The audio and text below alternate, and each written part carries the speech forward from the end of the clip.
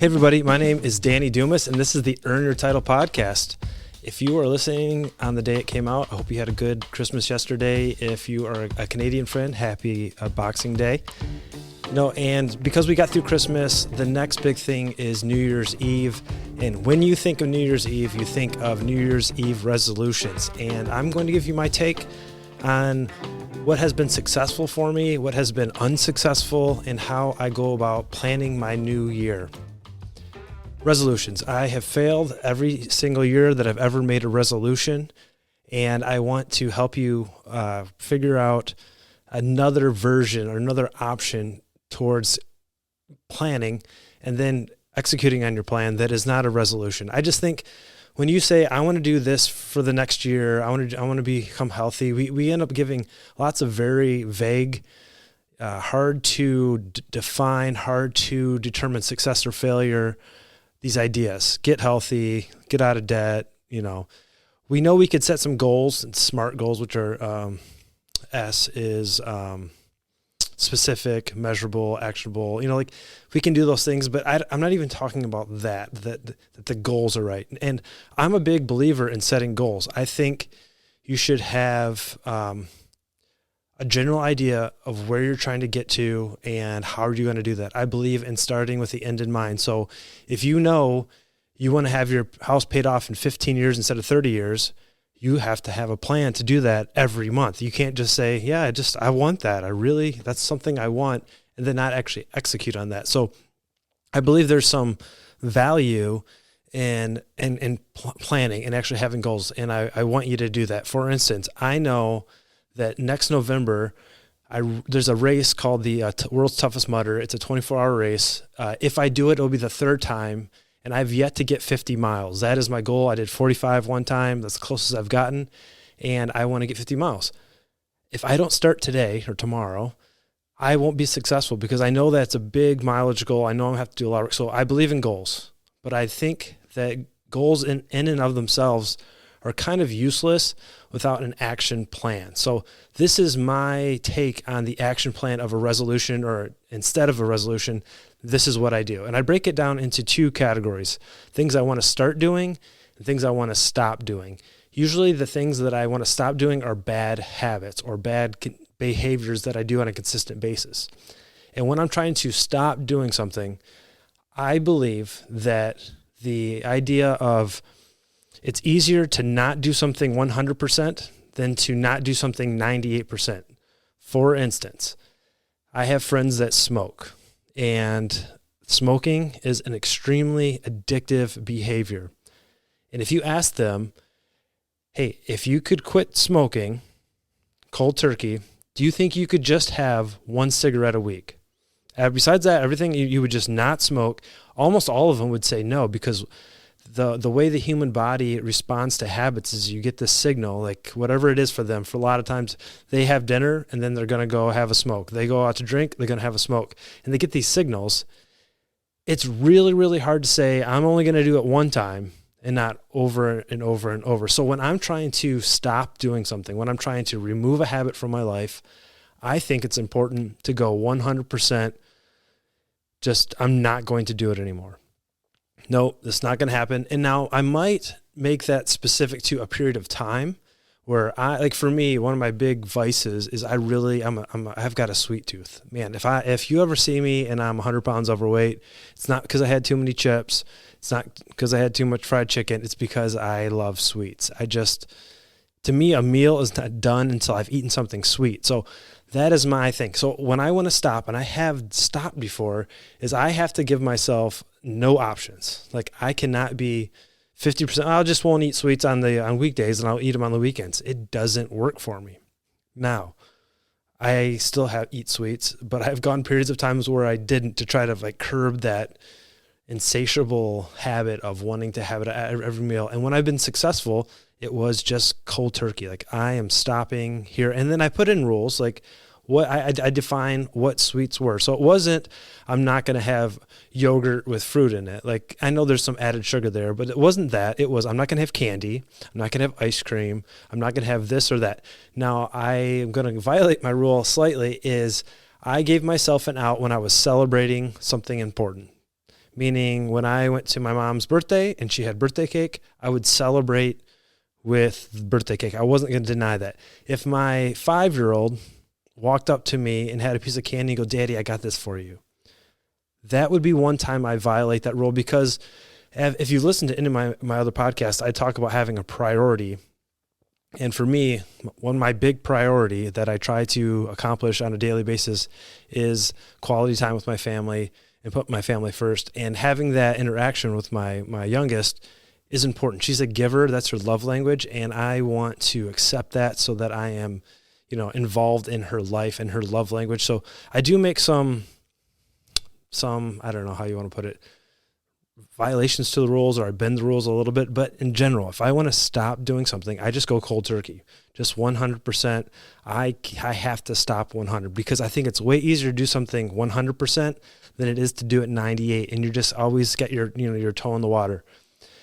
After you get rid of a habit, maybe you can be 98% in and only 2% here or there. Like when when I've been successful with this, and I like when I did 75 hard, I gave up sweets. One of the things that I did on a consistent basis was not eat sweets. And then when I went back off of 75 hard, I said, I'm only going to have it on weekends. That worked, right? I had rules in place, and that kind of helped curb my desires. Now, I'm probably not there only on weekends anymore, but this is a process, right? We're trying to get better. So the first thing, when I'm trying to remove something, I think it's better to go all in, 100%, as long as it doesn't violate your other priority in your life. If you've set something else up, maybe that's a time where you can violate some of these rules, but when you're taking something out, take it out 100%. Now let's talk about adding to your life. So creating a habit. And this is where I don't think 100% is helpful. I don't think big, lofty goals at the beginning of the year is like, I'm going to work out every day of the week, and then I'm going to only have no carbs, and I'm going to eat paleo, and I'm going to do this. Man, you're not. There's not too many humans in the world that can make drastic changes in multiple areas of their life and be successful, especially for a long period of time, like a year. You you can do it for a week or a month, but you're not going to be successful in this big overall year, just not going to do it.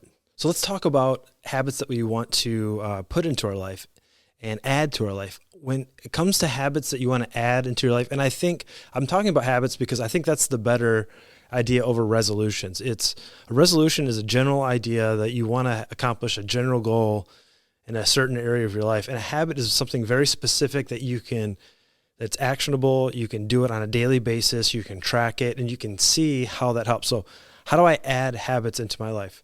The first thing is I try never to make it a 100%, I have to do this every single day or I fail. Or I even have to do it at 100%.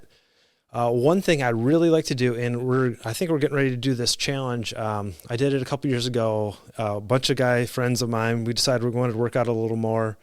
And we said we're going to do 1 push-up, 1 sit-up, and 1 burpee, and then add 1 every day. So on day 1 of the challenge, or the whatever you want to call it, the competition, 1, 1, and 1. Next day, 2, 2, 2. Well, my daughter, who was, I think she was 11 at the time, she wanted to try. I'm like, yeah, sure, no problem. I'd love for my kids to be involved. Well, she went, and I forgot to work out one day at like day 20, so I was out. And then my daughter, who's the 10-year-old, another buddy of mine who's a little bit older than me, he was probably 45, 46, and his dad were in it up until day 60. Then his dad dropped out at like day 60 or so. Day 65, 66, 67 they went to day 70. And my daughter and my buddy, they're battling out. They're talking trash. Well, she didn't have a phone yet, so I was talking trash for her. Like, there's no way you're going to beat my daughter. And there wasn't. She destroyed them. It was pretty awesome. She won like $200 or $300 because we had all put some money into the pot. And I really like that style of habit. Like, pick the tiniest measure of success. So if I'm going to work out how many ever days a week is, define working out as putting on your shorts and your tennis shoes, and that is success for the workout. Maybe you didn't make it to the gym, but for a week, every day or however many days you wanted to work out, you put your tennis shoes on and your shorts on and you thought about working out. Now, hopefully you actually go do it, but success was just doing that.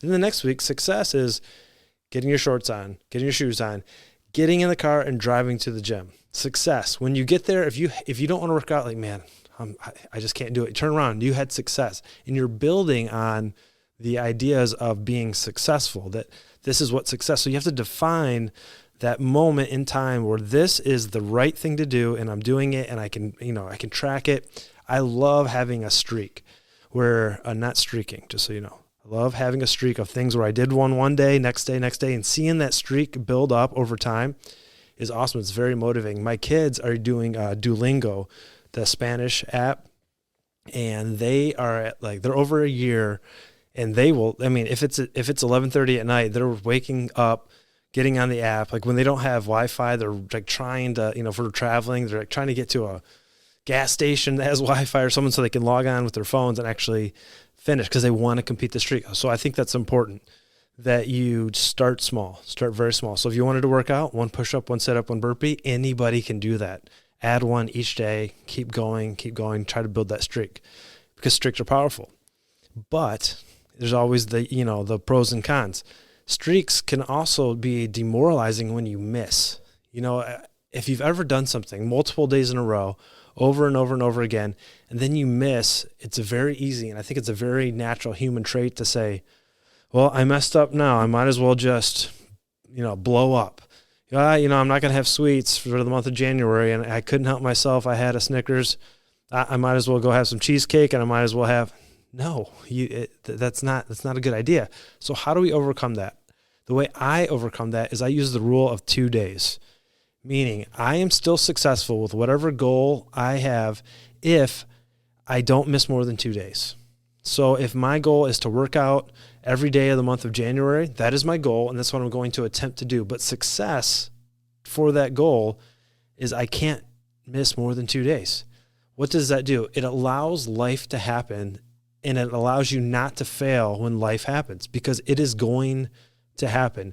You are going to have something that you just can't do for whatever reason. You get in a car accident and you wanted to work out. Well, obviously that day you can't work out. And then the next day you probably can't work out, but maybe the third day you can go for a walk and call it a workout. We have to build in a little bit of grace that realizes life is going to happen. You're not perfect. Nobody's perfect. And it allows you to just really kind of execute your plan with the idea that something bad is going to happen and going to interrupt your plan. If you're from the military, there's a saying that no plan survives first contact, which is awesome. But I like the saying from the philosopher Mike Tyson that said, everybody has a plan till you get punched in the face. Life is going to punch you in the face. It happens to everybody. I don't care how well you've planned. I don't care how many spreadsheets you've produced, how many contingencies you have. Something's going to happen. So just build it into the system, build it into the plan. The plan is I'm going to work out every day of the week.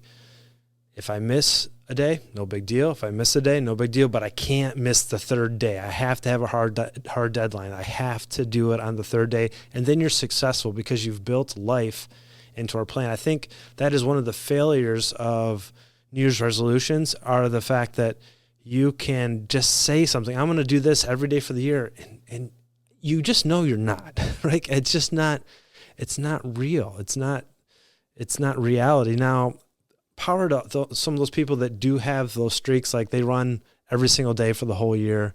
Good for you, man. That's just not me. I don't think that's most people. I would love for that to be me, but it's not. I'm a normal person with normal problems, and things just happen. And so I build that into my system. Now, there are a ton of other ways. A great book about building habits is called Atomic Habits. Very good. There's another one, High Performance Habits. Those are specific habits that high performers do.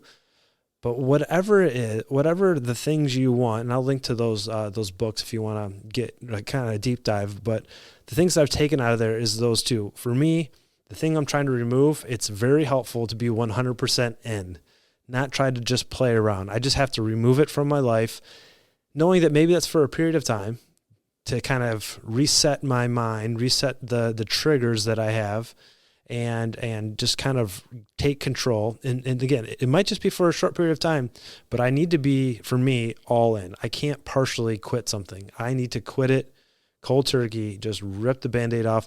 Now, let me say this. If you have a physical or a chemical addiction to some drug, please consult with a professional before you do this. I know like alcohol withdrawals are one of the only withdrawals you can actually die from. So if you're struggling there, go get professional help. There's things they can do to help you, prevent you from having some medical problems.